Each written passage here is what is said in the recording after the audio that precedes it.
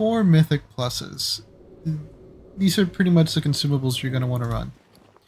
You're going to want to use your oil, flask, armor kit, and then food of choice. Make sure you sim it with your own character.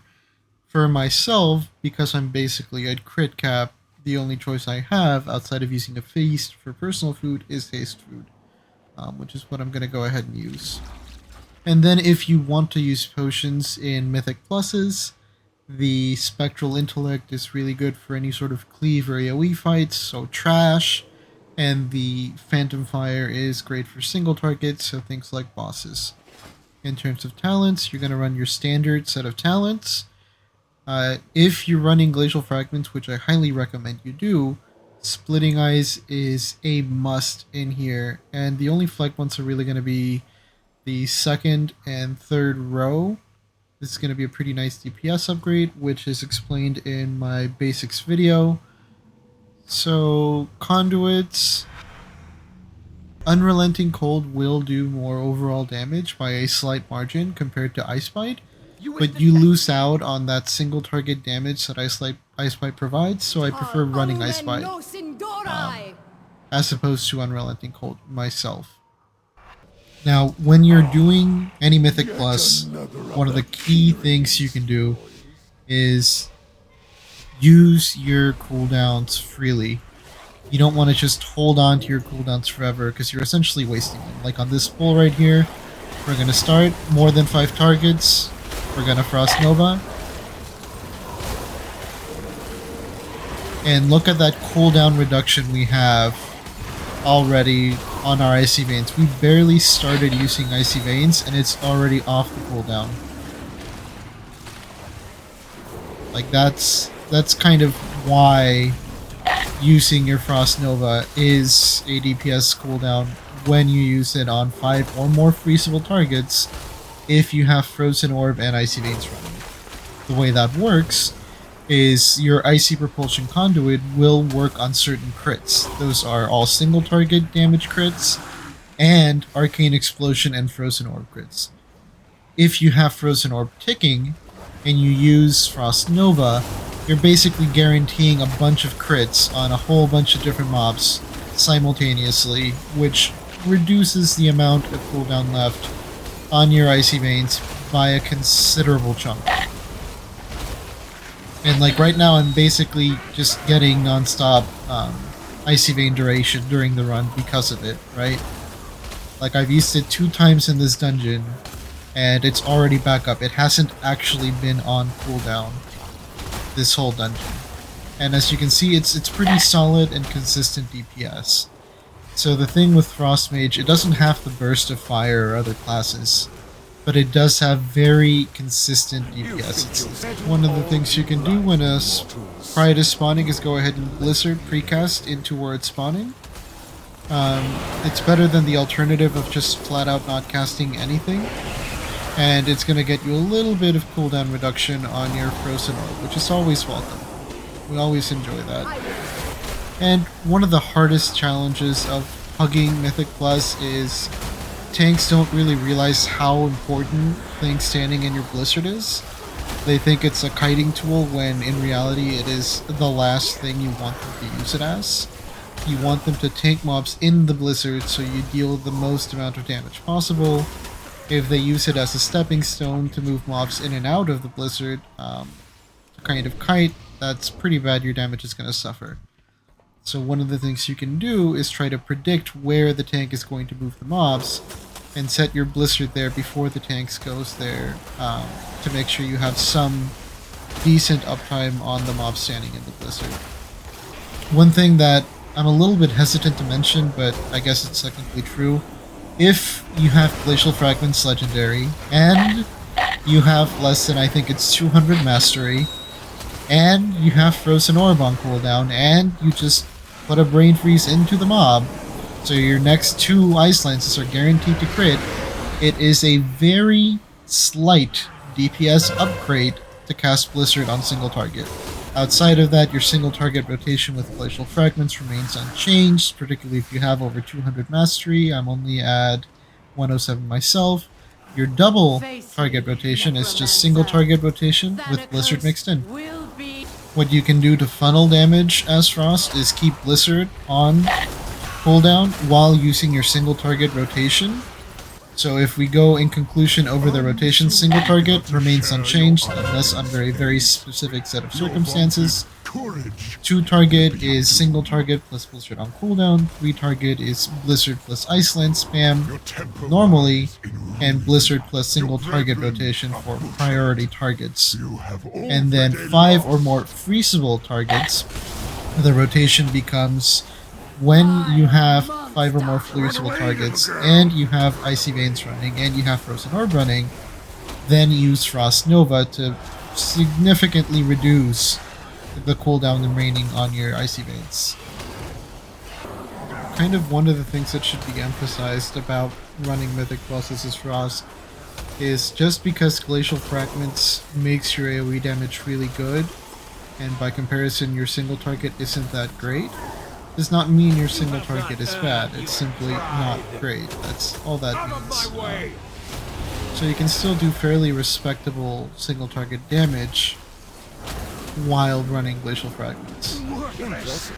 For big pulls, when you have cooldowns running, it's always helpful to pop Mirror Image to prevent the mobs from aggroing to you, because getting aggro is not one of the things we want to do as DPS.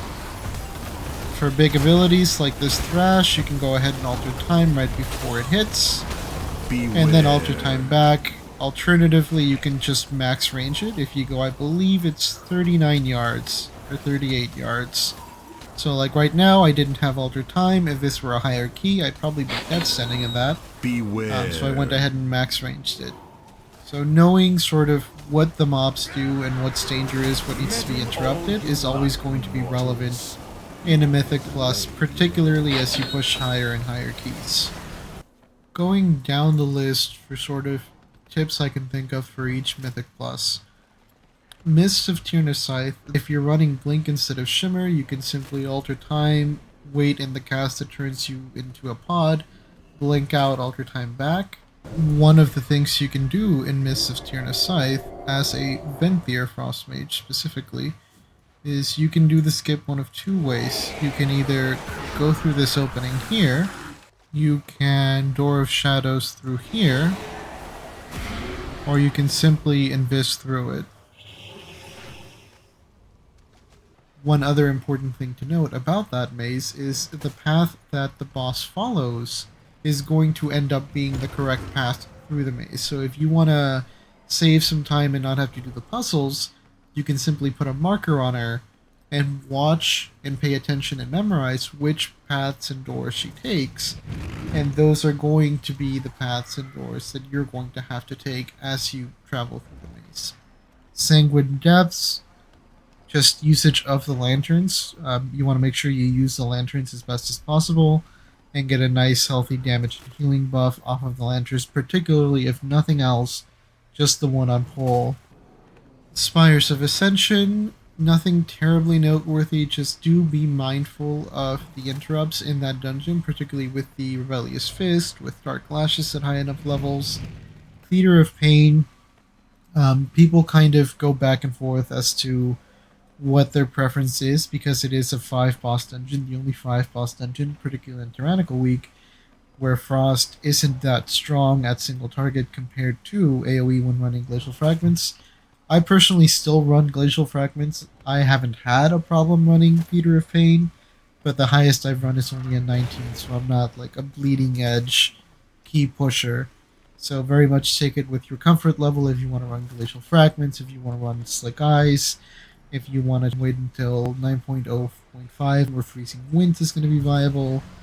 That's kind of going to be your call. I will say that once Freezing Winds is buffed, that's probably what I'm going to end up running for Theater of Pain, just because I don't enjoy doing relatively low boss damage, and it's just going to feel nicer overall, even if not completely necessary for the run. Necrotic Wake.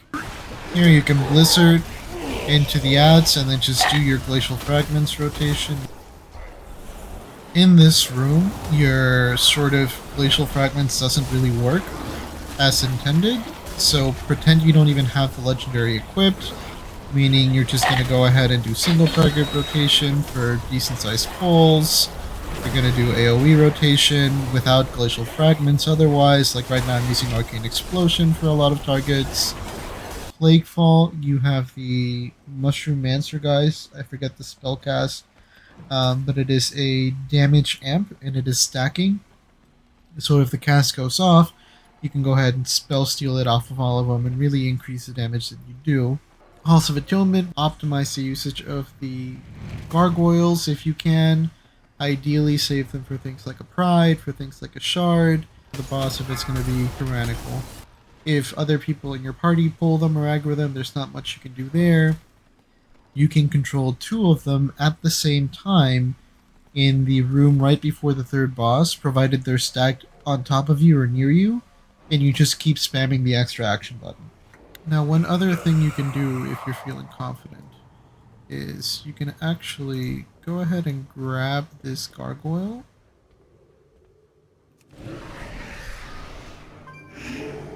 and run it up without necessarily pulling anything else. One of the things you can do on this boss, which is going to be very useful if you're a mage, is you can go ahead and do one of 2 things. You can either decurse yourself, decurse somebody else, or if you're running ice flows, simply blink out of the stun and have a lot of mobility instead of DPS downtime. And in the other side, be mindful of the boss's mechanics. Ideally, if you kill all the ads, when Hakar is about to do his blood barrier, you kind of limit the size of his shield and reduce the amount of DPS you have to pump into the boss until it dies. You want to make sure you spell steal the haste buff that some of the mobs do. Those are pretty much all the Frost Mage tips I have as they pertain to Mythic Plus dungeons. If you have any questions or there's any dungeon that is causing you a hard time or you want tips on how to deal with a specific pack in a dungeon as Frost, feel free to ask in the comments and I can go ahead and get to them at my earliest convenience. And thank you for watching.